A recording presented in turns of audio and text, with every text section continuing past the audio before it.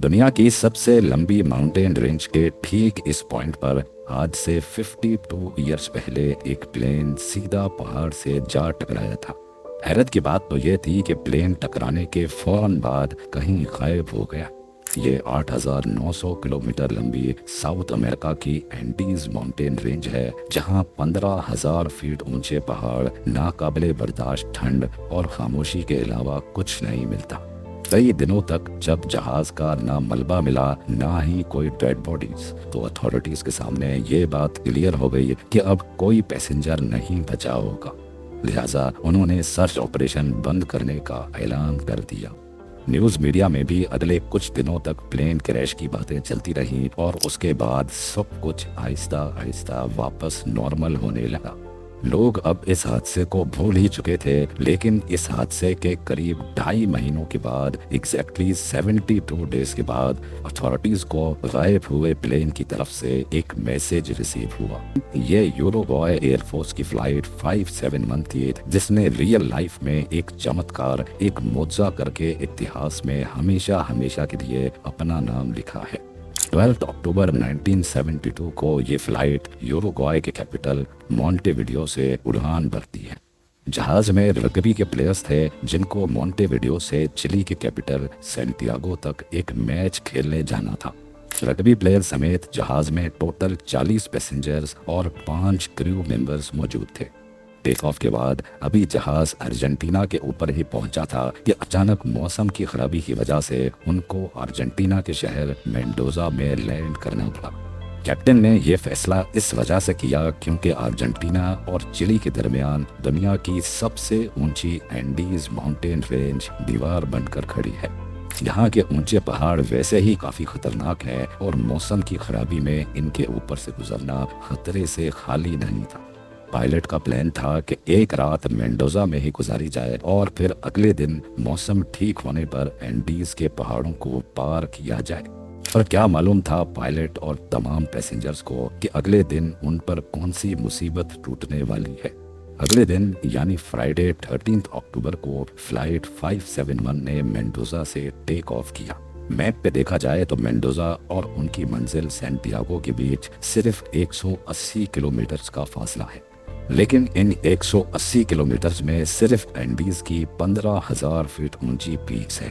लिहाजा फ्लाइट का plan root कुछ इस तरह का था कि पहले जहाज मेंडोजा के साउथ में जाएगा, अपनी हाइट गेन करेगा और फिर प्लेंचोन पास के बराबर पहुंचकर एंडीज की तरफ टर्न करके इन खतरनाक पहाड़ों को क्रॉस करेगा और फिर चिली के शहर कोरिको से दोबारा टर्न करके सीधा सैंटियागो पे जाकर लैंड करेगा। फ्लाइट 571 के पायलट ने इसी रूट पर 50 के करीब फ्लाइट्स कंप्लीट कर रखी थी, लिहाजा उनको अपने आप पर काफी भरोसा था। मेंडोजा से टेक ऑफ करते ही प्लान के मुताबिक जहाज साउथ की तरफ रवाना हुआ। जहाज की हाइट गेन करने के दौरान पायलट ने नोटिस किया कि बादलों की एक मोटी लेयर ने नीचे का सारा मंजर छुपा दिया है। अब इस कंडीशन में पायलट ने कंट्रोल टावर से राब्ता जोड़ लिया, जो रडार पे देखकर रेडियो के जरिए पायलट को उसकी लोकेशन बताते रहेंगे। कंट्रोल टावर के अलावा एक और तरीके से भी पायलट अपनी लोकेशन का अंदाजा लगा सकते हैं। इसमें एयरक्राफ्ट की आखिरी नोन लोकेशन को मद्देनजर रखते हुए एयरक्राफ्ट की स्पीड के जरिए कैलकुलेशन करके अपनी करंट लोकेशन का अंदाजा लगाया जाता है। इस तरीके को एविएशन की जबान में डेड रेकनिंग कहा जाता है। जैसे ही फ्लाइट 571 प्लेंचोन पास के पैरेलल पहुंच गई तो उन्होंने राइट टर्न ले लिया। अब ये 18,000 फीट की ऊंचाई पर एंडीज के पहाड़ों के ऊपर से गुजर रहे थे। ऊपर नीला आसमान और नीचे सफेद बादल। पायलट पूरी तरह से Santiago air traffic control tower पे डिपेंडेंट था।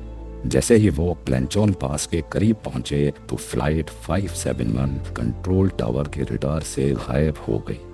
ये एक नॉर्मल बात थी क्योंकि पहाड़ों की वजह से रडार के सिग्नल्स बहुत कमजोर थे। इस मौके पर को पायलट ने डेड रेकनिंग के जरिए अपनी लोकेशन कैलकुलेट की और 3:21 पे सैंटियागो कंट्रोल टावर को रेडियो किया कि हम 1 मिनट के बाद चिली के शहर कोरिको के ऊपर पहुंच जाएंगे और उनसे अपनी ऊंचाई कम करने की परमिशन मांगी। अब नॉर्मली प्लेंचोन पास से कोरिको तक पहुंचने में जहाज को 11 मिनट लगते हैं, लेकिन उन्होंने ये फासला सिर्फ 3 ही मिनटों में कवर कर लिया था। ये चीज कंट्रोल टावर में बैठे स्टाफ को कुछ समझ नहीं आई, लेकिन क्योंकि उनके पास भी फ्लाइट 571 रेडार पे शो नहीं हो रही थी, इसी वजह से उन्होंने एयरक्राफ्ट को डिसेंड करने की परमिशन दे दी। पर उनको इस बात का बिल्कुल भी अंदाजा नहीं था कि असल में को पायलट ने जहाज की जो लोकेशन कैलकुलेट की थी वो गलत थी। पायलट समझ रहा था कि वो कुरिको के ऊपर है, लेकिन असल में वो उस वक्त प्लेनचोन पास क्रॉस कर रहे थे। एक बहुत बड़ी तबाही फ्लाइट 571 का इंतजार कर रही थी। कंट्रोल टावर से परमिशन मिलते ही पायलट ने राइट टर्न किया और जहाज की हाइट भी कम करना शुरू कर दी। शुरू में उनको खतरनाक टर्बुलेंस का सामना करना पड़ा, लेकिन जब उन्होंने सफेद बादलों की लेयर को क्रॉस किया तो क्या देखते हैं कि उनके सामने एक बहुत बड़ा पहाड़ खड़ा है। जी हाँ, इस पॉइंट पे पायलट को अंदाजा हुआ कि असल में वो अभी तक एंडीज में ही मौजूद है। पायलट ने दोबारा एल्टीट्यूड गेन करने के लिए पूरी जान लगा ली। प्लेन की नोज अब आसमान की तरफ हो चुकी थी, लेकिन अफसोस कि शायद ये चीज थोड़ा पहले कर ली जाती। फ्लाइट 571 की टेल पहाड़ की चोटी से टकराई और जहाज से अलग हो गई। इस वक्त ये पहाड़ पूरी तरह बर्फ से ढका हुआ था। बिना टेल और विंग्स के फ्लाइट 571 का फ्यूजलाज बर्फ में स्लाइड करता सीधा नीचे की तरफ आया और इस पॉइंट पर आकर रुक गया। क्रैश की वजह से 12 पैसेंजर्स मौके पर ही दुनिया से जा चुके थे, खास तौर पर वो लोग जो जहाज के पिछले हिस्से में मौजूद थे। मौजाती तौर पे प्लेन के फ्यूजलाज में 33 पैसेंजर्स की जान तो बच गई, लेकिन उनको काफी चोटें लगी थी। टेल अलग हो जाने की वजह से प्लेन का पिछला हिस्सा खुला हुआ था और उसमें से जबरदस्त ठंड अंदर आ रही थी। ये इस वक्त 11,500 फीट की ऊंचाई पर एंडीज में फंस चुके थे, जहां का टेम्परेचर -30 डिग्री सेल्सियस था। बाहर निकलते साथ ही जहां तक उनकी नजर जा रही थी, बर्फ से ढके पहाड़ ही नजर आ रहे थे। सबसे पहले उन्होंने अपने साथियों की बॉडीज को बर्फ में दफना दिया। उधर प्लेन क्रैश की खबर ने चिलियन अथॉरिटीज को अलर्ट कर दिया था, पर उनको ये मालूम नहीं था कि वो असल में अर्जेंटीना में ही क्रैश हुए थे। बिना टाइम जाया किए उन्होंने सर्च ऑपरेशन स्टार्ट किया, जिसमें 4 एयरप्लेन्स ने हिस्सा लिया था। सुबह से लेकर शाम तक सस्पेक्टेड एरिया को सर्च करने के दौरान उनको ना ही कोई प्लेन नजर आया और ना ही कोई मलबा। ये एक बहुत ही मुश्किल सर्च ऑपरेशन था, क्योंकि नीचे सारे पहाड़ बर्फ की वजह से लाइट को रिफ्लेक्ट कर रहे थे। इस सर्च ऑपरेशन में यूरुग्वे और अर्जेंटीना ने भी हिस्सा लिया और अब टोटल 11 एयरक्राफ्ट पूरा दिन फ्लाइट 571 को ढूंढने में गुजार देते। इधर क्रैश साइट पे बचे हुए पैसेंजर्स के ऊपर से कई बार रेस्क्यू प्लेन गुजर कर गए, लेकिन उनके लाख इशारे देने के बावजूद भी रेस्क्यू प्लेन्स की नजर उन पर ना पड़ सकी। बाद में उन्हें एक लगेज में से लिपस्टिक मिली, जिससे उन्होंने प्लेन के फ्यूजलाज के ऊपर बड़ा बड़ा SOS लिख दिया। लगेज बैग से बर्फ पर क्रॉस भी बनाया, लेकिन रेस्क्यू प्लेन्स की नजर फिर भी उन पर नहीं पड़ सकी। टोटल 8 दिनों तक सर्च ऑपरेशन चलाने के बाद 21 अक्टूबर 1972 को तमाम पैसेंजर्स को डेड डिक्लेयर करके सर्च ऑपरेशन खत्म कर दिया गया। 11वें दिन क्रैश साइट पे मौजूद पैसेंजर्स को कॉकपिट में ही एक रेडियो मिला, जिसको ट्यून करके उन्होंने खबर सुनी कि उनको ढूंढने के लिए चलाया जाने वाला सर्च ऑपरेशन अब बंद कर दिया गया है। जहां वो लोग पहले ही इतनी मुसीबत में थे, वहीं ये खबर उनको मजीद अफसोस में डाल गई। अपने बचने की जो आखिरी उम्मीद नजर आ रही थी, वो भी खत्म हो चुकी थी। पहले हफ्ते में ही 5 और पैसेंजर्स जख्मों की वजह से जान से हाथ धो बैठे। अब क्रैश साइट पे सिर्फ 28 पैसेंजर्स बचे थे। उन्होंने जहाज के मलबे और लगेज को इकट्ठा करके प्लेन के फ्यूजलाज को बंद किया ताकि ठंड से बचा जा सके। उन्होंने कॉकपिट के प्लास्टिक वाइजर को काटकर अपने लिए ग्लासेस भी बनाए, जो कि बर्फ से रिफ्लेक्ट होने वाली लाइट से कुछ हद तक बचा रहे थे। सीट कवर्स को गर्माइश के लिए इस्तेमाल किया और सीट के कुशन से स्नो शूज बना दिए। इस वक्त तक उनके पास खाने के लिए 8 चॉकलेट बार्स, 3 जैम के जार्स, कुछ ड्राई फ्रूट्स और गिनी चुनी पानी की बोतलें थी। पहला हफ्ता तो उन्होंने बड़ी मुश्किल से ये खाना आपस में डिवाइड करके खा लिया, लेकिन जब ये तमाम चीजें भी खत्म हो गईं तो उन्होंने कपड़े और कॉटन को खाना शुरू कर दिया, जिससे वो मजीद बीमार पड़ने लगे। एंडीज के इस हिस्से में उनको एनर्जी के लिए कोई चीज दिखाई नहीं दे रही थी, और ऊपर से वो जिस रिच पर क्रैश हुए थे ना वहां से उतरना पॉसिबल था और ना ही ऊपर की तरफ हाइक करना। इस दौरान पैसेंजर्स की हालत ये थी कि इनका बॉडी वेट 40% तक कम हो चुका था। आखिर जब उनको कुछ समझ नहीं आया तो उन्होंने अपने मरे हुए साथियों के बॉडी पार्ट्स खाना शुरू कर दिए। जाहिर है ये फैसला बहुत ही मुश्किल था, लेकिन भूख, प्यास और कमजोरी ने उनको ये कदम उठाने पर मजबूर कर दिया था। क्रैश के 17 दिनों के बाद 29 अक्टूबर को अचानक रात के वक्त एवलांच आया और उसने फ्यूजलाज पर बुरी तरह हमला किया। बर्फानी तोदे की स्पीड इतनी तेज थी कि पूरा फ्यूजलाज अंदर तक बर्फ से भर गया। इस हादसे में 9 सर्वाइवर्स मारे गए। बचे हुए 19 लोगों के हाथ जो कुछ लगा उन्होंने उससे बर्फ को हटाया और ऑक्सीजन के लिए जगह बनाई। दिन गुजरते जा रहे थे, सर्वाइवर्स की हालत बद से बदतर होती जा रही थी।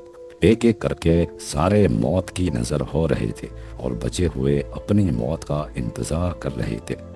12 दिसंबर यानी क्रैश के 60 दिनों के बाद तक 3 और सर्वाइवर्स जिंदगी की बाजी हार गए।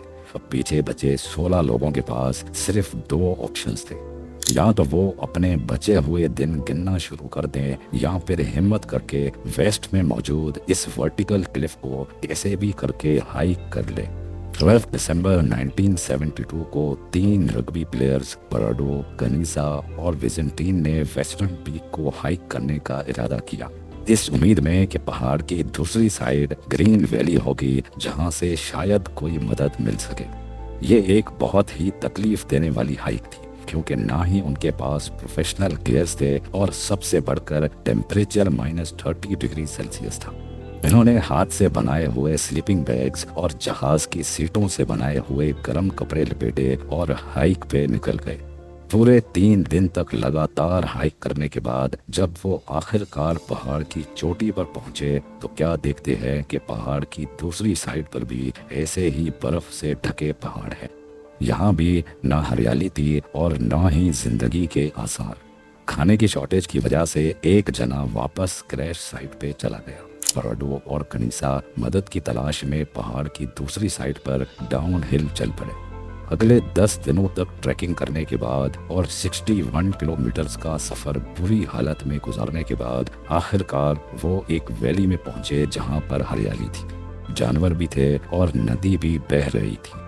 सबसे पहले उन्होंने नदी से पानी पिया, तभी उनको नदी के उस पार घोड़े पर एक शख्स दिखाई दिया। नदी के शोर की वजह से वो अपना पैगाम उस शख्स तक नहीं पहुंचा पा रहे थे। घोड़े पर बैठे उस लोकल को आइडिया आया और उसने एक कागज और पेन को पत्थर में लपेटकर नदी के उस पार फेंक दिया। पराडो और कनीसा ने उस कागज पर सारा माजरा लिखा और वापस फेंक दिया। वो शख्स घोड़ा भगाता हुआ ये लेटर चिलियन अथॉरिटीज तक लेके गया। पहले तो उनको यकीन नहीं आया कि 2.5 महीने गुजर जाने के बाद भी प्लेन क्रैश के सर्वाइवर्स अभी तक जिंदा कैसे हो सकते हैं, लेकिन अथॉरिटीज ने फौरन पहले पराडो और कनीसा को रेस्क्यू किया और उनकी मरहम पट्टी करने के बाद उनसे तफसील में इंटरव्यू लिया। 22 दिसंबर 1972 को यानी क्रैश के 72 डेज के बाद 3 हेलीकॉप्टर्स पराडो और कनीसा की निशानदेही पर क्रैश साइट तक पहुंचे। पहाड़ की ये चोटी देखकर पायलट भी हैरान रह गया कि इन 2 रग्बी प्लेयर्स ने बिना किसी गियर और एक्सपीरियंस के ये पहाड़ कैसे सर किया होगा।